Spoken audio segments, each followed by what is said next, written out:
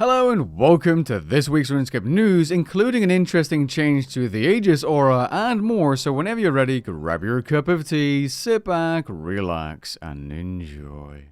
The fourth Forinthry update and storyline have been confirmed to release next week according to today's news post. Since updates are usually on Monday, we can expect the update on the 13th of February. Bad luck mitigation, aka making drops more consistent, is a big topic in the Runescape community.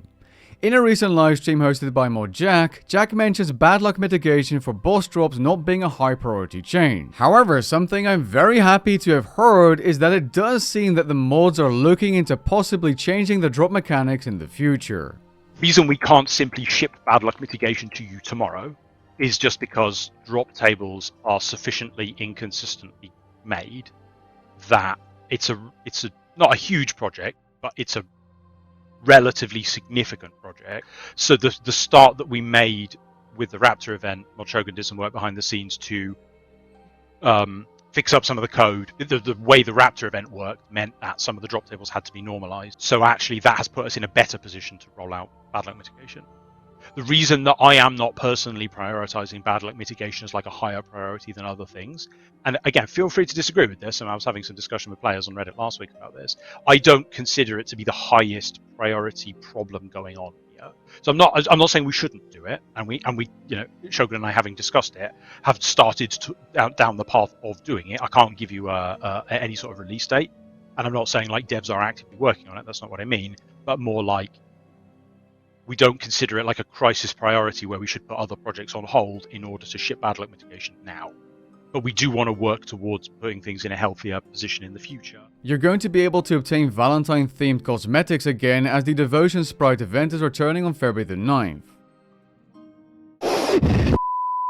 If you're able to catch these horrifying looking things called devotion sprites around the Burthorpe, Varrock, Lumbridge and Elf City lodestone, you'll get a lovely gift once per day. These gift boxes can be opened to get chocolate, the new rose tinted glasses, or heartments, which is probably the thing you're going to want to get, as those can be used to get all the old stuff from previous years. Additionally, the Heartment store will feature 3 new rewards, being the Rose Petal Aura Override, which will have rose petals raining on you, and 2 pets called the Lovebird and Lovebug. Gotta say, the Lovebug looks pretty cool. Regarding the patch note, most of the fixes listed are either engine or graphical related fixes, but there are a couple I'd like to highlight. There have been some minor changes to the duel system so that dying outside the wilderness from a duel should consistently result in a safe death. Huh?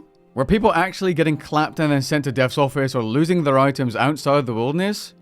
Oof. The Aegis aura has received an out-of-the-blue change as it no longer scales its damage reduction percentage to your character's defense level and instead provides 10% damage reduction across the board. It also no longer has a damage soak cap, meaning instead of blocking 80,000 life points and then going bloop, it can now block whatever you throw at it for its entire duration. This change is a major buff to 1 defense accounts, and it could potentially make for some interesting AFK Slayer methods that previously weren't possible on normal accounts of level 99 defense. Additionally, it could be used as yet another wave decreasing the damage you take in Phase 7 of Zamorak. Now, I don't usually mention the Prime Gaming drop, but it does contain 7 days of membership, so if you want to make one of your Alts members or your main, be sure to claim that tomorrow. Now, I'm not sure why this wasn't part of the news post, but Double Experience Live is returning on February the 17th, so be sure to stock up on your Bible supplies to get those gains. With that being said, we've come to the end of this video. I hope you guys enjoyed the video, and if you did, leave a like down below and maybe even consider subscribing, and I'll catch you guys in the next one.